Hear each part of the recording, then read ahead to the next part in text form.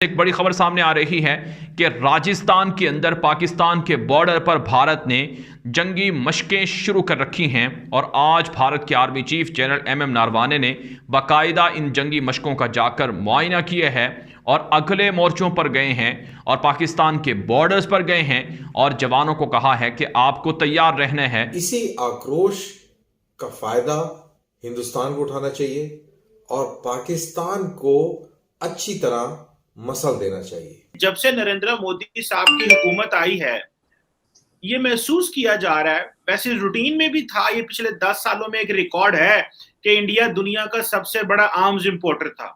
लेकिन अभी कुछ ये महसूस किया जा रहा है कि इंडिया बड़ा मैसिवली जो है वो मिलिट्री हार्डवेयर खरीद रहा है। पाकिस्तान को इन जंगी तैयारियों के हवाले से कितना फिक्रमंद होना चाहिए। तो बिल्कुल इस वजह से हमने सोचा कि जी एक दिन तो ऐसा हो ही जाना। ये देखें, जैद हामिद साहब के लिए किसी ने ये प्लेन बनाया है और लगता है कि मुझे इसी पे बैठकर वो आने वाले हैं भारत। फिर नरेंद्र मोदी साहब फौज के ऊपर बहुत ज्यादा इन्वेस्टमेंट कर रहे हैं। जय हिंद दोस्तों, a very warm welcome to Hindustan special channel. भारतीय सेना ने पाकिस्तान से सटे राजस्थान के जैसलमेर में युद्धाभ्यास कर अपनी ताकत का एहसास पाकिस्तान को करवा दिया है। इस मिलिट्री एक्सरसाइज में थल सेना और वायु सेना के जवान शामिल हुए। इस एक्सरसाइज में भारतीय सेना के कुल 30,000 सैनिकों ने भाग लिया। दक्षिण शक्ति युद्धाभ्यास के तहत सेना ने रेगिस्तान में अपनी क्षमता को परखा। इस एक्सरसाइज के जरिए सेना के जवानों ने बदलते परिवेश में रण क्षेत्र के नए तरीकों पर प्रयोग किया, जिसमें कम से कम समय में जवाबी हमला बोलकर दुश्मन को चौंकाया जा सके और दुश्मन के ठिकानों को तबाह किया जा सके। भारतीय सेना की इस मिलिट्री एक्सरसाइज में T-72 और T-90 टैंकों ने भी हिस्सा लिया। अब भारतीय सेना के इतने बड़े युद्धाभ्यास से पाकिस्तान खौफ में है और उसके मीडिया ने कई तरह तरह के अनुमान लगाने शुरू कर दिए हैं। पाकिस्तान के खिलाफ जंगी तैयारियों में मसरूफ है। इसी हवाले से एक बड़ी खबर सामने आ रही है कि राजस्थान के अंदर पाकिस्तान के बॉर्डर पर भारत ने जंगी मशकें शुरू कर रखी हैं और आज भारत के army chief general MM Naravane ने बाकायदा इन जंगी मशकों का जाकर मुआयना किया है और अगले मोर्चों पर गए हैं और पाकिस्तान के बॉर्डर्स पर गए हैं और जवानों को कहा है कि आपको तैयार रहना है, लड़ाई बहुत करीब है और ये लड़ाई इस मर्तबा हमें फतह देगी और इसके ज़रिए से हम बड़े बड़े अहदाफ हासिल करेंगे। नाज़रीन काम, इस वक्त आप हमारी स्क्रीन पर ये मुख्तलिफ स्क्रीन शॉट भी देख रहे हैं जिनमें आपको नज़र आ सकता है कि भारत किस तरह से जंगी तैयारियाँ कर रहा है और पाकिस्तान को इन जंगी तैयारियों के हवाले से कितना फिक्रमंद होना चाहिए। मोदी का प्लान है कि पाकिस्तान पर किसी तरह से हमला कर दिया जाए, पाकिस्तान को किसी तरह से जंग के अंदर धकेल दिया जाए, लेकिन भारत की ख्वाहिशें पूरी नहीं होंगी। पाकिस्तान और चाइना के दरमियान अच्छे और मजबूत ताल्लुकात हैं और ये मजबूत ताल्लुकात दोनों मुल्कों को भारत के खिलाफ ताकतवर बना रहे हैं और भारत इस हवाले से अच्छी तरह से आगाह है। आज भारत के अंदर जो टॉप मिलिट्री क़यादत है भारत की, जिसमें भारत के जो CDS के सरबराह हैं जनरल बिपिन रावत, जो साबिक आर्मी चीफ भी हैं, उन्होंने जो सियासतदान हैं मोदी वगैरह, उनके साथ एक बड़ी मीटिंग भी की है और जो बॉर्डर्स पर सिक्योरिटी की सूरत हाल है इस पर तबादला ख्याल हुआ है। मतलब ये है कि प्लान बनाए जा रहे हैं, मंसूबे बनाए जा रहे हैं, लेकिन ये मंसूबे कभी इंशाअल्लाह कामयाब नहीं होंगे। कि जनरल साहब पहले तो ये बताएं कि ये जब से नरेंद्र मोदी साहब की हुकूमत आई है, ये महसूस किया जा रहा है, वैसे रूटीन में भी था, ये पिछले 10 सालों में एक रिकॉर्ड है कि इंडिया दुनिया का सबसे बड़ा आर्म्स इंपोर्टर था।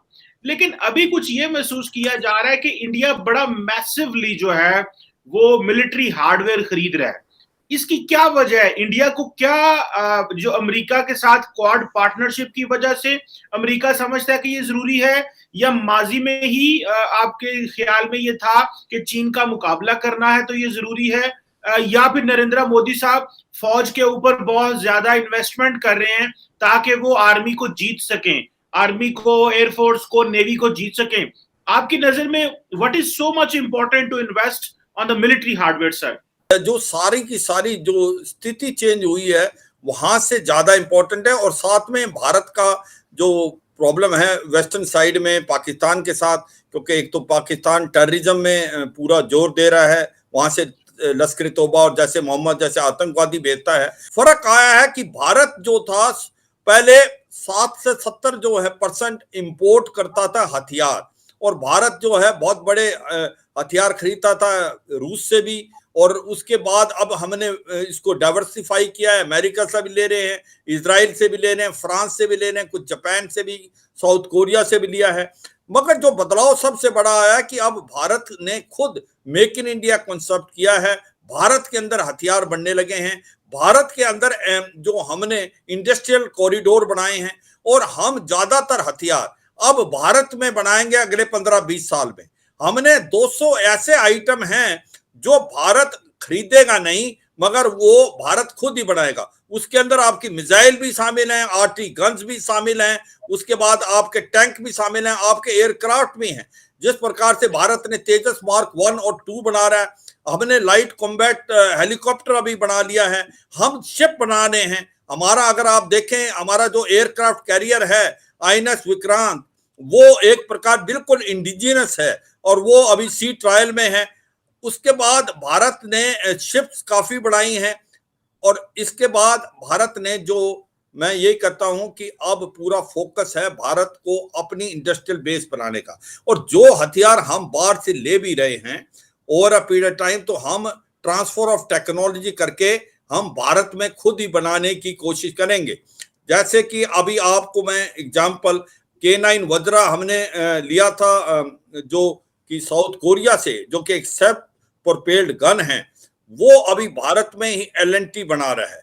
इसी प्रकार से M777 अल्ट्रालाइट हाउजर जो हमने अमेरिका से ली हैं, और एक जिसको चिनूक हेलीकॉप्टर दाएं से बाएं ले जा सकते हैं एक वैली से दूसरे वैली, और हमने लद्दाख में उसको डिप्लॉय भी किया है, वो भी हमारा महिंद्रा डिफेंस बना रहा है। पाकिस्तान के अंदर इकोनॉमिक हालात अभी बहुत खराब हैं।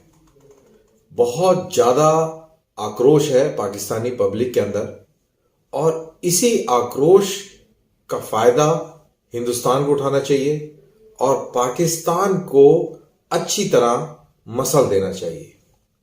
मसल देने का मतलब ये नहीं कि आप वहां पर जाके कब्जा कर लें या उसको बर्बाद कर दें, लेकिन यहां पर मसलने का मतलब है जो पाकिस्तानी प्रवृत्तियां हैं आतंकवाद को फैलाने की, उन प्रवृत्तियों को यही मौका है कि आप मसल दें। अब सवाल ये पैदा होता है कि ये आप कैसे करेंगे? क्या आप उन पे हमला करके करेंगे? क्या आप उनके अंदर घुसकर और उनके इलाके को कब्जा कर फिर करेंगे? तो मेरे ख्याल से इसको करने का तरीका थोड़ा सा स्मार्ट होना चाहिए और इकोनॉमिक ही होनी चाहिए।